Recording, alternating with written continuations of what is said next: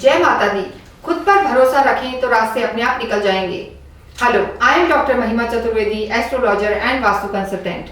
सबसे पहले आप सभी को नव वर्ष की बहुत बहुत बधाई। जनवरी का महीना चल रहा है, ईश्वर से यही प्रार्थना है कि आने वाला समय आप सभी के लिए बहुत अच्छा रहने वाला है। इस वीडियो में हम सबसे पहले बताएंगे कि वृषभ राशि यानी टॉरस जो हमारी सेकंड राशि होती है उसके लिए जनवरी महीना कैसा रहने वाला है। लेकिन इससे पहले आपको ये जानना जरूरी है कि अगर आपका चंद्रमा जहां बैठा है वहां नंबर 2 लिखा है तो जो आपकी राशि है वो वृषभ है। इसके साथ साथ ही ये हमारा ट्रांजिट होता है, गोचर होता है, लेकिन आपको फाइनल प्रेडिक्शंस के लिए अपनी कुंडली को देखना अति आवश्यक होता है, क्योंकि आपकी कुंडली में ग्रहों की क्या स्थिति है, क्या आपके कोई राजयोग बने हुए हैं या आपकी कुंडली में कोई ग्रह पीड़ित है, उस पर भी आपकी फाइनल प्रेडिक्शन डिपेंड करती है। तो आइए आज हम स्टार्ट करते हैं कि 2025 जनवरी में वृषभ राशि वालों के लिए ग्रह गोचर कैसे रहने वाले हैं।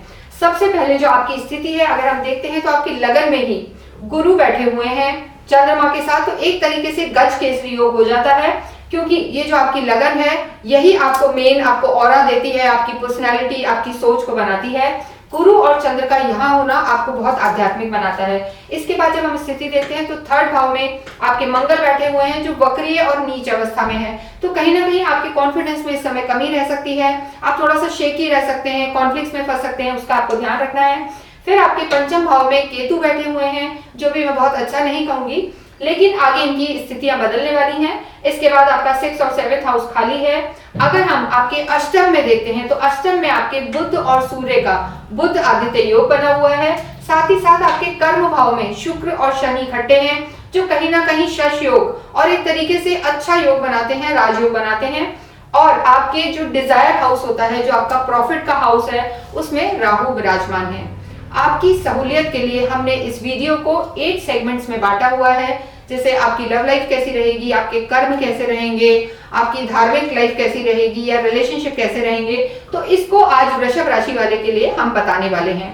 लेकिन मैं बार बार एक ही चीज कहूंगी कि इन ट्रांजिट के साथ, गोचर के साथ आप अपनी कुंडली का भी निरीक्षण कराएं और आप हमें भी अपनी कुंडली भेज सकते हैं, जो हमारे नंबर्स हैं डिस्क्रिप्शन बॉक्स में दिए हुए हैं। प्लीज मैं एक और चीज आपसे कहना चाहूंगी कि आप हमारे चैनल को सब्सक्राइब करें और उसमें कुछ भी कमेंट रहता है या कोई भी आपके क्वेश्चंस हैं तो आप भेज सकते हैं। देखिए, सबसे पहले मैं आपको बताना चाहूंगी कि जो हेल्थ पार्ट पे अगर हम यहाँ पर स्थिति देखते हैं तो आपकी जो लगन है उससे हम आपकी इम्यूनिटी, आपकी हेल्थ को देखते हैं। आपकी जो हेल्थ के स्वामी हैं यानी वृषभ के जो मेन स्वामी होते हैं वो शुक्र होते हैं। शुक्र की स्थिति आपकी कुंडली में, आपके चार्ट में, गोचर में बहुत अच्छी बनी हुई है। शुक्र आपके यहाँ विराजमान है और शनि के घर में है, शनि के साथ है, तो शुक्र और शनि की बहुत अच्छी मैत्री होती है और कहीं ना कहीं एक राजयोग बनाती हैं। तो जो आपकी इस समय स्थिति रहने वाली है वो काफी अच्छी रहने वाली है। हेल्थ में आपको कोई दिक्कत नहीं आएगी, आप एनर्जी फील करेंगे।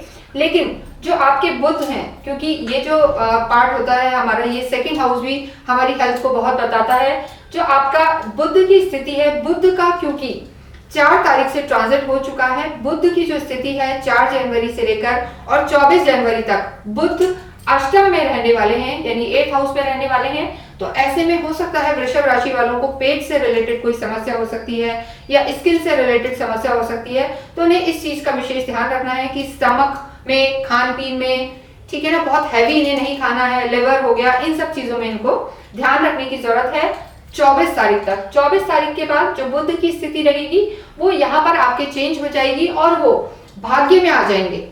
तो 24 जनवरी के बाद बुध की स्थिति आपके लिए सही रहने वाली है। उसके बाद आपकी हेल्थ में सुधार होगा। लेकिन मंगल की जो स्थिति है, मंगल भी क्योंकि वक्रीय हैं और थर्ड हाउस में बैठे हैं, जो हमारे कॉन्फिडेंस का होता है, कहीं ना कहीं हम कहते हैं कि हमारी एनर्जी का होता है, हमारी पराक्रम का होता है, तो वो भी थोड़ा सा इनिशियल लेवल पर आपको दिक्कत दे सकते हैं। तो 21 जनवरी के बाद मंगल का ट्रांजिट होगा और मंगल वक्रीय अवस्था में है, इनका ट्रांजिट होगा और ये मिथुन में आएंगे, तब आपकी सेहत के लिए वो अच्छा रहने वाला है। इसके साथ साथ अब हम सेकंड उस पे देखते हैं लव एंड रिलेशनशिप। देखिए, सभी के लिए ये पार्ट बहुत महत्वपूर्ण होता है क्योंकि हम सब कुछ अपने प्यार और रिलेशनशिप के लिए करते हैं। तो अभी जो आपकी स्थिति बनी हुई है, आपकी लव लाइफ के जो स्वामी हैं, देखिए पंचम घर को हम लव लाइफ के लिए देखते हैं, जो आपके पंचम भाव के स्वामी हैं बुध।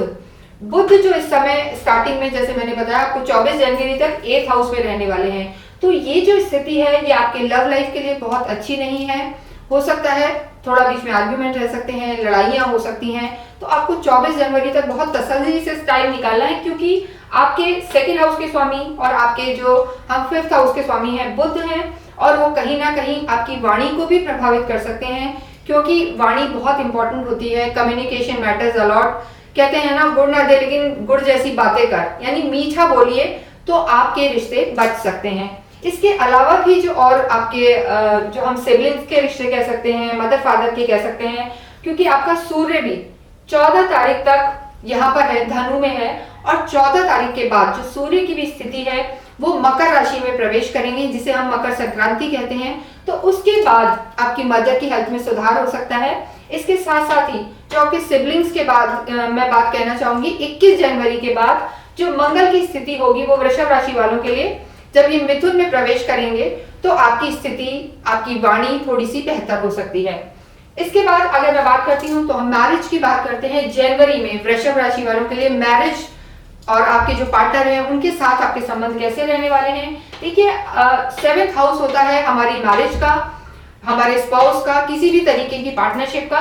तो यहाँ पर मंगल जो है इसके मेन स्वामी हैं, सप्तमेश जो आपके मंगल हैं, और वो कहीं ना कहीं 3rd हाउस में बैठे हुए हैं वक्रीय होके।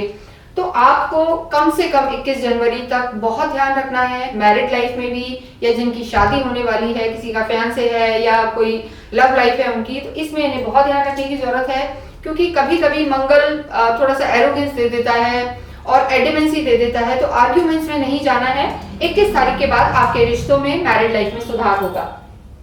हम करियर की बात करते हैं। देखिए, अगर मैं करियर की बात करती हूँ तो करियर के जो स्वामी हैं आपके शनि हैं, मतलब आपके भाग्येश भी शनि हैं और आपके कर्म भाव के स्वामी भी शनि हैं। तो जो लोग कहीं ना कहीं डिजिटल से जुड़े हुए हैं, ऑनलाइन कामों से जुड़े हैं, या केमिकल्स, पेट्रोल, इनसे जुड़े हुए हैं, तो इनके लिए तो मैं कहना चाहूंगी स्थिति बहुत ही अच्छी है। ना सिर्फ जनवरी में, रादर मार्च तक की स्थिति मैं कहना चाहती हूँ वृषभ राशि वालों के लिए बहुत अच्छी रहने वाली है। उसके बाद जरूर शनि की स्थिति बदलेगी और शनि डिजायर वाले हाउस में आएंगे, तो आप निश्चिंत रहें। अभी जो आपका कर्म क्षेत्र है उसमें राजयोग बना हुआ है, क्योंकि आपके लग्नेश स्वयं यहाँ पर बैठे हैं, यानी लगन का और कहीं ना कहीं जो केंद्र का संबंध होता है या कर्म भाव का संबंध होता है वो बहुत अच्छा है। तो कर्म को लेकर आप निश्चिंत रहें। रादर आप अपने काम को प्रमोट कर सकते हैं 28 जनवरी तक, और 28 जनवरी के बाद भी जो शुक्र की स्थिति रहेगी आपके लिए, वो शुक्र आपके डिजायर के, प्रॉफिट के हाउस में आ जाएंगे। तो डेफिनेटली आप कामों को बहुत अच्छा एक प्रेजेंटेबल उसमें ले जा सकते हैं। जो आप कहते हैं ना कि कई बार चीजें अच्छी नहीं होती लेकिन हम उनको शोकेस बहुत अच्छा कर देते हैं, तो आप थोड़ा सा ब्यूटिफिकेशन पे ध्यान दें, क्रिएटिव चीजों पर ध्यान दें, तो डेफिनेटली, और एक्सप्लोर करें, यानी आपको डिजिटल वर्ल्ड पे दिखना है। जब ऐसी स्थिति में वृषभ राशि वाले रहेंगे तो डेफिनेटली उनकी चीजें कर्म क्षेत्र के हिसाब से बहुत अच्छी रहने वाली हैं। इसके बाद हम आते हैं बिजनेस एंड फाइनेंस। देखिए, बिजनेस का भी जो घर होता है वो 10th हाउस ही होता है, इसको कहीं ना कहीं हम इससे देखते हैं, और 3rd हाउस से। लेकिन फाइनेंस को लेके थोड़ी सी मैं आपको एक चीज कहना चाहूंगी कि शुरू में जो बुध की स्थिति बनी हुई है वो आपके अष्टम में है, बुध आदित्य योग बन रहा है 14 तक, लेकिन कहीं ना कहीं जो 24 जनवरी तक बुध की स्थिति है वो बहुत स्ट्रांग नहीं है। तो जो ऑनलाइन काम वाले हैं या जिनको प्रॉपर्टी से रिलेटेड कोई चीजें हैं या जो ग्रोसरी से रिलेटेड काम करते हैं, अनाज का काम करते हैं, इम्पोर्ट एक्सपोर्ट, उनको थोड़ा सा एहतियात रखने की जरूरत है, क्योंकि बुध जो किसान हैं उनको भी हम कहीं ना कहीं बुध की कैटेगरी में लेते हैं, कपड़े के काम वाले। तो ऐसे काम वालों को, मैन्युफैक्चरिंग वालों को थोड़ा सा केयरफुल रहने की जरूरत है 24 जनवरी तक। 24 जनवरी के बाद जब बुध यहाँ ट्रांजिट करेंगे आपके 9वें भाव में, तो आपकी स्थिति बहुत अच्छी रहने वाली है। तो आप बिल्कुल भी चिंता नहीं करें, लेकिन इन्वेस्टमेंट के पर्पज से या फाइनेंस में थोड़ा सा केयरफुल रहें। अभी शुरू में हो सकता है कि कहीं आपको लोन भी लेना पड़ सकता है। इसके बाद जब हम आपकी स्थिति देखते हैं स्टूडेंट की, स्टूडेंट देखिए हम यही 5th हाउस से देखते हैं, और आपकी जो स्थिति रहने वाली है, अगेन इसके स्वामी बुध हैं, तो 1st हाफ में रादर 24 तारीख तक स्टूडेंट्स का हो सकता है मन पढ़ाई में ना लगे, उनका दिमाग इधर उधर चलता रहे, कुछ माहौल भी ऐसा है, मकर संक्रांति आ रही है, तो उसके बाद जो स्टूडेंट्स की लाइफ होगी, विद्यार्थियों की लाइफ, वो अच्छी रहने वाली है।